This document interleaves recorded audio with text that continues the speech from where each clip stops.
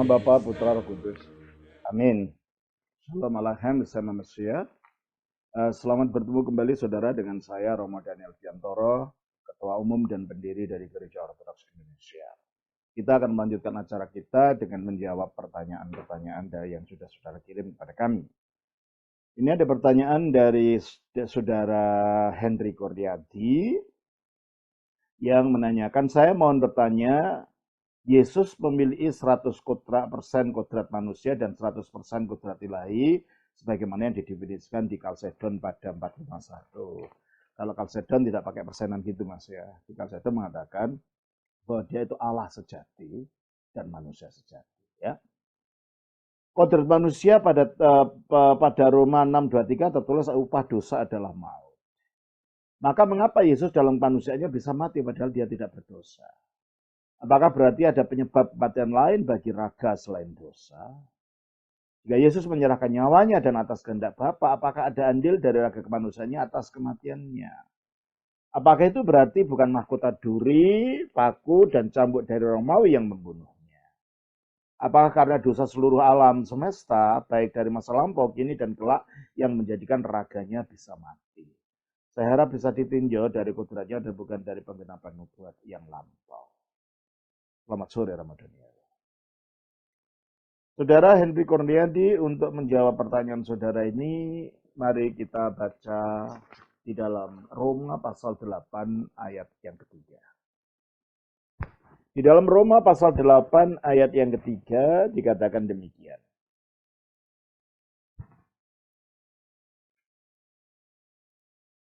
Sebab apa yang tidak mungkin dilakukan hukum Taurat, karena tak berdaya oleh daging, telah dilakukan oleh Allah dengan jalan mengutus anaknya sendiri dalam daging, yang serupa dengan daging, yang dikuasai dosa karena dosa. Ia telah menjatuhkan hukuman atas dosa di dalam daging. Sebenarnya ayat ini sudah saya bahas dalam jawaban saya lupa di mana, di salah satu video. Kalau saudara melihat dari video-video saya, sebenarnya saya sudah menjawab masalah ini. Ya. Pertanyaannya, mengapa Yesus bisa mati, kan begitu, ya kan? Di dalam ayat ini dikatakan sebab apa yang tidak mungkin dilakukan hukum Taurat. Apa yang tidak mungkin dilakukan hukum Taurat? Yang tidak mungkin dilakukan hukum Taurat adalah menyelamatkan manusia. Mengapa begitu? Karena kalau menurut ketentuan hukum Taurat, untuk dapat diselamatkan, untuk dapat diterima Allah, manusia harus dapat menjalankan seluruhnya isi hukum Taurat itu. Dengan setia. Coba kita baca di dalam Galatia pasal 3. Ya.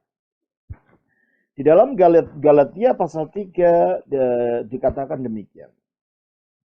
Galatia pasal 3 ayatnya yang ke-10. Karena semua orang yang hidup dari pekerjaan hukum Taurat berada di bawah kutuk. Bukan karena hukum Taurat yang bawa kutuk. Apanya? Akan dikatakan, sebab ada tertulis terkutuklah orang yang tidak setia. Nah, mungkinkah manusia bisa setia? Tidak berlubang sedikit pun, tidak lalai sedikit pun menjalankan hukum Allah? Kalau kita jujur, kita mengatakan tidak. Mengapa? Ada kelemahan daging. Daging kita menghendaki yang lain karena daging kita ini berseteru dengan kehendak Allah. Keinginan hawa nafsu itu berseteru dengan kehendak Allah. Coba kita baca dalam Roma pasal 8. Ayatnya yang ke-5.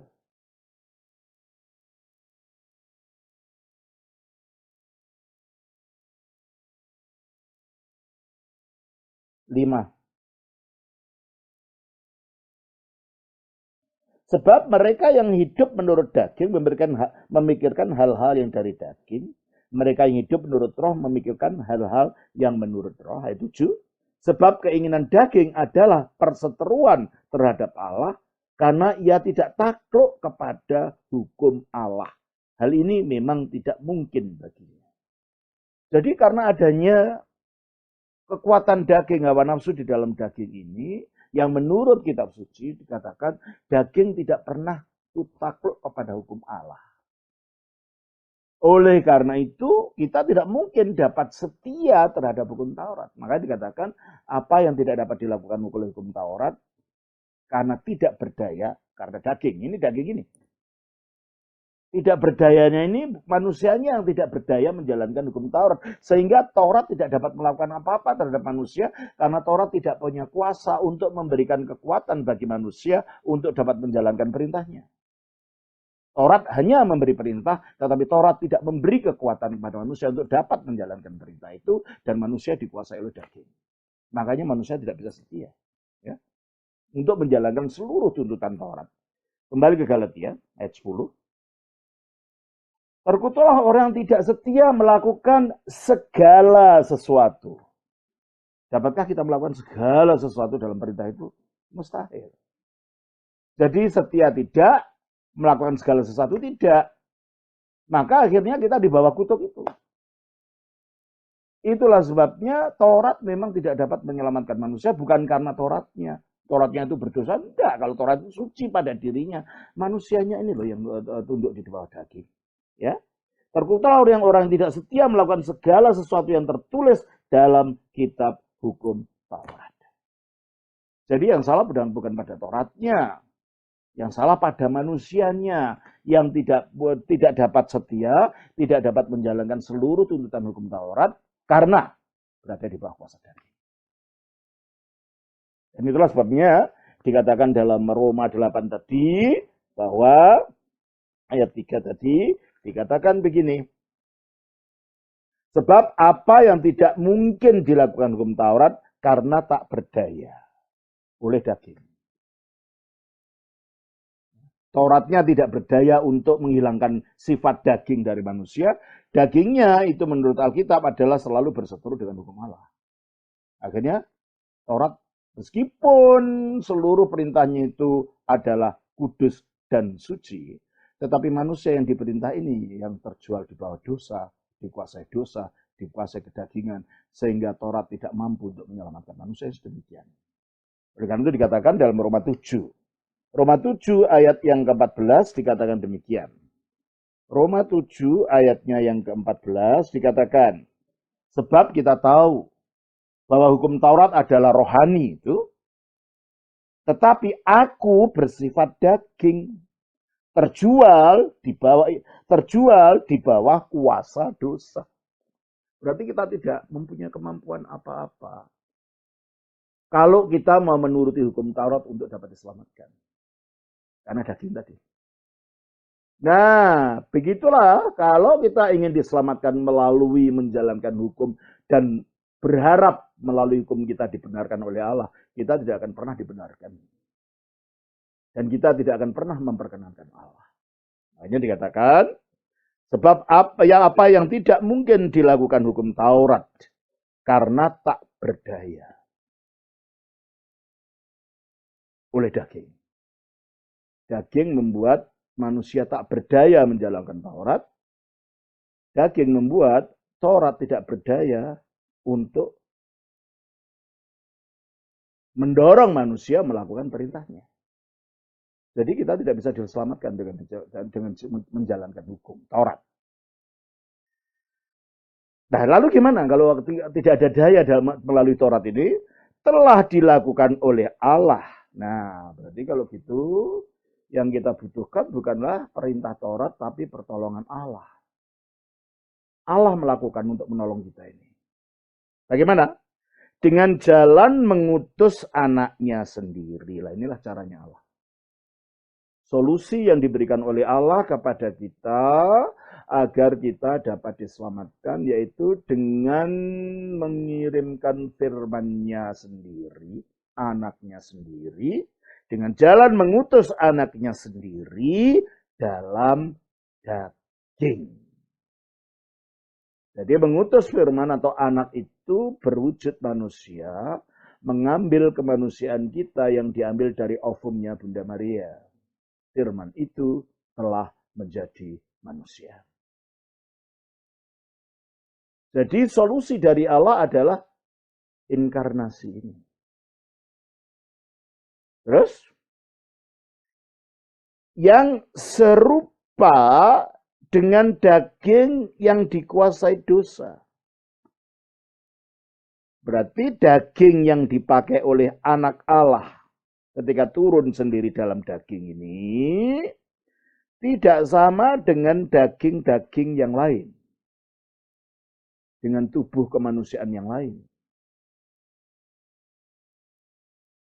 Karena dikatakan serupa dengan daging yang berdosa. Jadi kalau gitu dia tidak berdosa, hanya serupanya saja.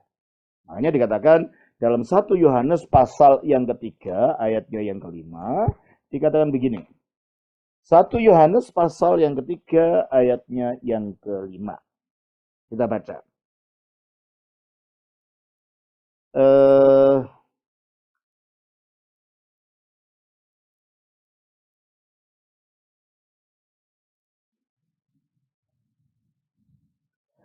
Dan kamu tahu bahwa ia telah menyatakan dirinya supaya ia menghapus segala dosa, dan di dalam dia tidak ada dosa.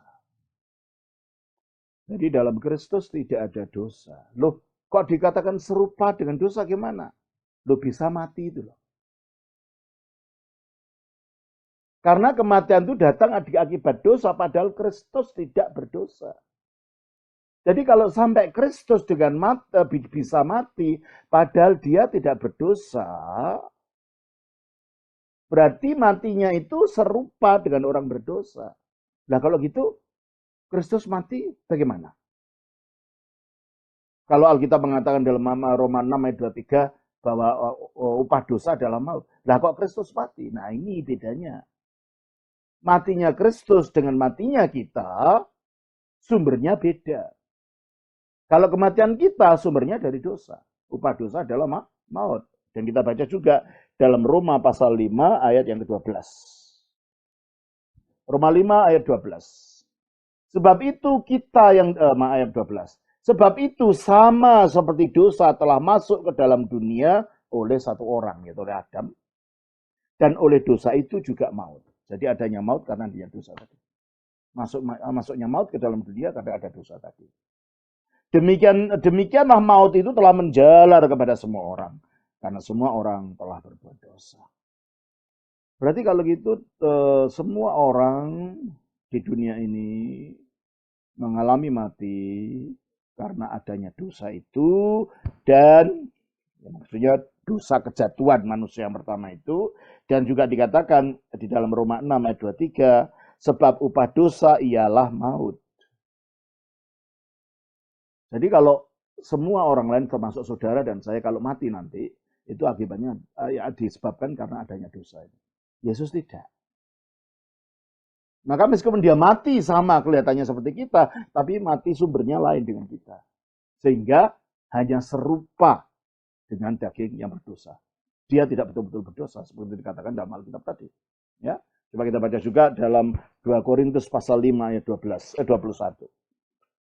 2 Korintus pasalnya yang kelima ayatnya yang ke-21 dikatakan begini.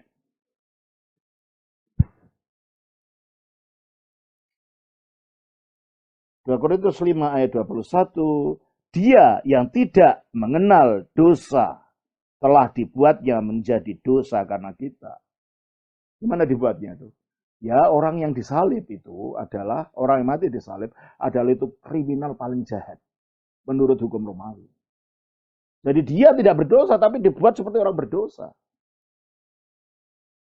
Dengan mati, disalibkan itu. Jadi menjadi kriminal, dan akhirnya mati. Nah mati ini kan orang berdosa.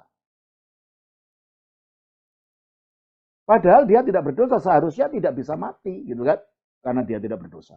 Kok bisa mati? Nah kalau gitu, mengapa? Apa yang menyebabkan Yesus itu mati? Kita baca dalam Yohanes pasal yang ke-10. Ya. Di dalam Yohanes 10 ayat yang ke-2 itu 17 18 kita baca demikian.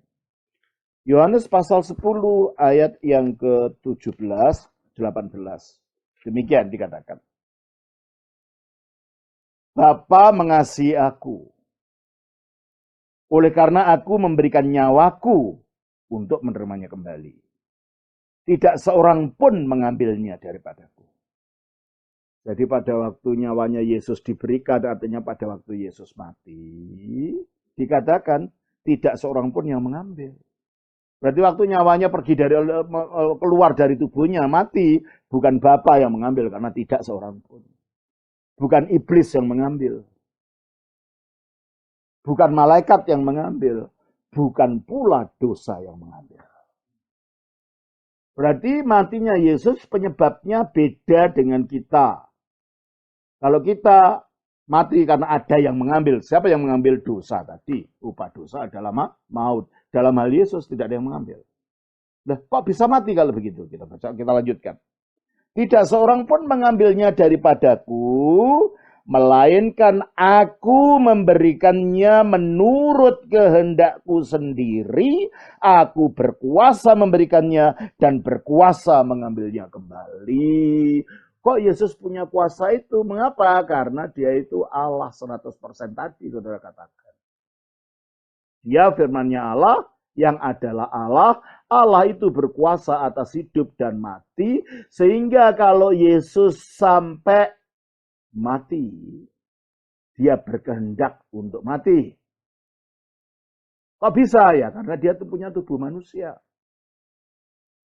Dan tubuhnya manusia ini, dalam segala hal sama seperti kita.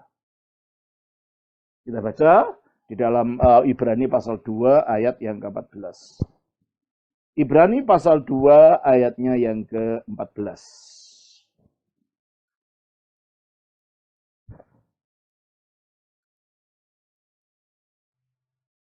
Ibrani 2 ayat 14 dikatakan demikian. Karena anak-anak itu, maksudnya manusia, adalah anak-anak dari darah dan daging. Artinya manusia itu punya tubuh, terdiri dari darah dan daging. Maka ia, maksudnya firman Allah atau anak Allah, juga menjadi sama dengan mereka. Jadi ketika firman Allah menjadi manusia, kemanusiaannya sama dengan kita. Dan mendapat bagian dalam keadaan mereka. Jadi semua sifat-sifat kemanusiaan secara total sempurna dimiliki oleh kemanusiaan Yesus. Supaya oleh kematiannya, nah karena dia jadi manusia, dia bisa mati. Meskipun dia tidak harus mati. Dia menghendaki mati itu. Jadi matinya adalah oleh kuasanya. Dan bangkitnya juga matinya adalah oleh kehendaknya. Bangkitnya oleh kuasanya.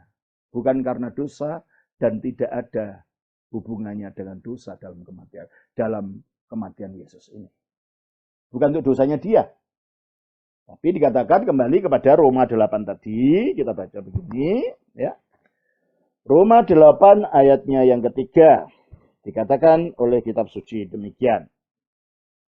Sebab apa yang tidak mungkin dilakukan hukum Taurat karena tak berdaya oleh daging, telah dilakukan oleh Allah dengan jalan mengutus anaknya sendiri dalam daging. Inkarnasi ya.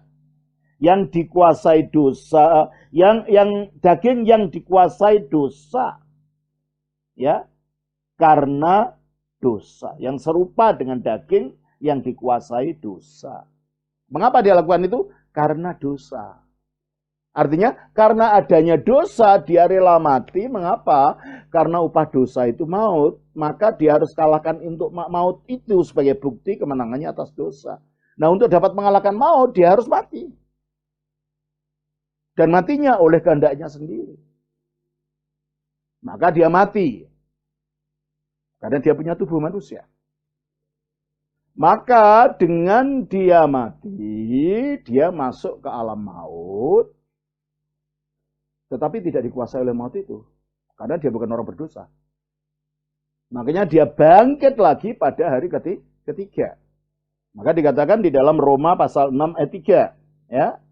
Di dalam Roma 6 ayat 9. Bukan ayat 3. Ayat yang ke-9 dikatakan begini. Roma pasal 6 ayatnya yang ke-9 dikatakan begini. Karena kita tahu bahwa Kristus sesudah ia bangkit dari antara orang mati, tidak mati lagi, maut tidak berkuasa lagi atas dia. Berarti dia telah menang atas maut, maut telah dikalahkan. Padahal upah dosa adalah maut, berarti maut itu akibat dosa.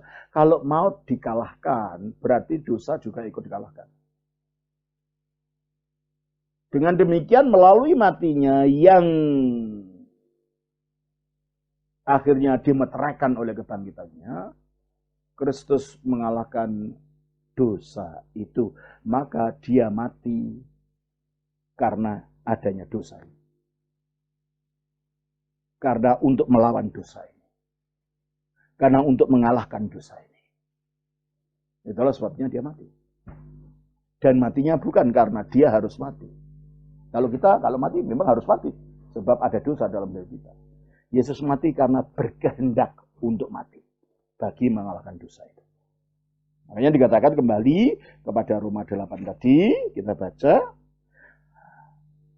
Dengan jalan mengutus anaknya sendiri dalam daging yang serupa dengan dagingnya dikuasai dosa karena dosa. Ia telah menjatuhkan hukuman atas dosa di dalam daging. Bagaimana kok dosa dijatuhi hukuman dalam daging? Dagingnya siapa? Ya dagingnya Yesus. Dengan jalan apa? Dengan daging kemanusiaannya itu disalibkan. Lu kok begitu? Ya kita harus mengetahui inti dosa ini apa. Inti dosa adalah kejatuhan manusia itu. Kita baca dalam Kejadian pasal 2 ayat 16-17. Kejadian pasal 2 ayat 16-17 dikatakan, lalu Tuhan Allah memberi perintah ini kepada manusia. Semua pohon dalam taman ini boleh kau makan buahnya dengan bebas. Tetapi pohon pengetahuan tentang yang baik dan yang jahat itu janganlah kau makan buahnya. Sebab pada hari engkau memakannya pastilah engkau mati. Jadi kematian hanya muncul kalau manusia melanggar perintah larangan ini. Dan akhirnya manusia melanggar. Pasal 36. Ya. Perempuan itu melihat bahwa buah pohon itu baik untuk dimakan dan sedap kelihatannya. Lagi pula pohon itu menarik hati karena memberi pengertian. Lalu ia mengambil dari pohon buahnya dan dimakannya dan diberikannya kepada suaminya yang bersama dengan dia. Dan suaminya pun memakannya. Jadi dua-duanya memberontak. Dua-duanya tidak taat. Akhirnya ya apa yang manusia seharusnya diciptakan untuk hidup kekal tidak mati. Karena kematian hanya muncul kalau mereka makan. Maka kematian itu akhirnya menjadi bagian kodrat manusia yang jatuh ini. Nah, jadi kalau kita baca tadi di dalam Kejadian 3 ayat 16-17 itu,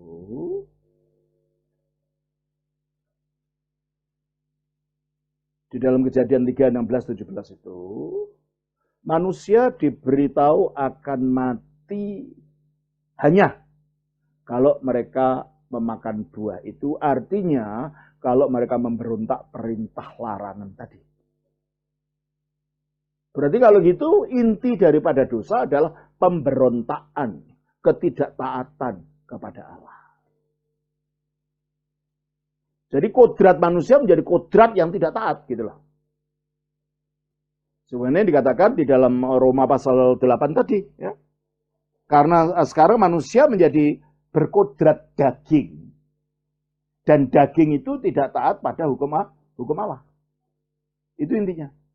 Maka caranya supaya dosa itu dihilangkan dengan manusia, ketidaktaatan itu harus dilawan dengan ketaatan mutlak yang mempunyai dampak universal kepada seluruh manusia.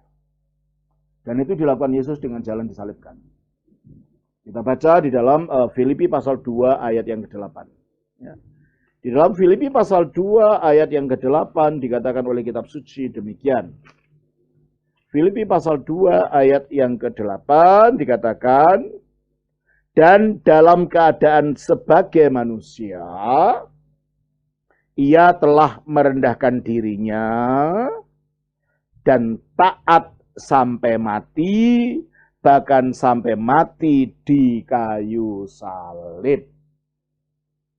Jadi kematian Yesus di kayu salib ini adalah wujud ketaatan mutlaknya pada kehendak Bapa. Ingat, yang taat ini bukan hanya seorang laki-laki Yahudi abad ke-1. Yang taat ini adalah manusia penjelmaan dari firman Allah itu sendiri.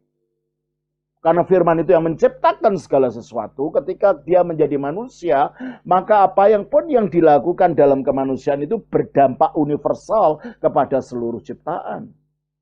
Sehingga ketika melakukan ketaatan dalam kemanusiaannya melalui penyalibannya itu, dampaknya ialah dia menghancurkan ketidaktaatan yang ada dalam kodrat manusia. Dengan demikian dia menghancurkan intinya dosa itu, sehingga dengan demikian dia menghukum dosa dalam dagingnya. Daging apa? Daging kemanusiaannya yang disalibkan itu. Dan itulah yang dikatakan di dalam Roma 8 ayat 3 tadi. Di mana dikatakan di situ Roma 8 ayat 3 dikatakan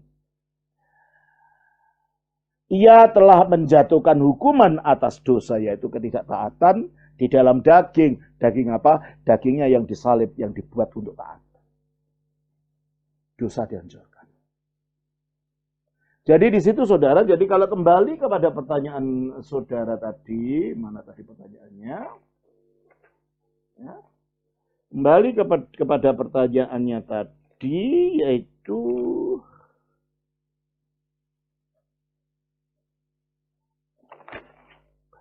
mana tadi pertanyaannya, saudara?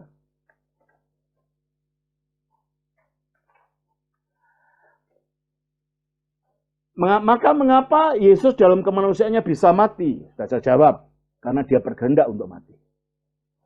Padahal ia tidak berdosa, ya dia kan matinya bukan karena dosa, karena tak seorang pun yang mengambil nyawanya dari dirinya. Ya. Apakah berarti ada penyebab kematian lain bagi raga selain dosa? Ya, penyebabnya apa? Adalah kehendaknya tadi, kehendak untuk mati tadi. Jika Yesus menyerahkan nyawanya dan atas kehendak Bapa, bukan atas kehendak Bapa, atas kehendak sendiri, dia menyerahkan nyawanya kepada Bapa. Apakah ada andil dari raga kemanusiaannya atas kematiannya? Karena dia manusia yang dalam segala hal sama seperti kita, ya kemanusiaan ini bisa mati kalau dikehendaki. Meskipun tidak harus mati, sebab kemanusiaan Yesus ini tidak ada dosanya. Di dalam dia tidak ada dosa sama sekali. Tapi dia bisa mati kalau dikehendaki, tapi tidak harus mati. Kalau kita tidak bisa menghendaki untuk tidak mati. Waktunya mati ya harus mati saja, klekek gitu udah ya. Ditahan-tahan ya nggak bisa.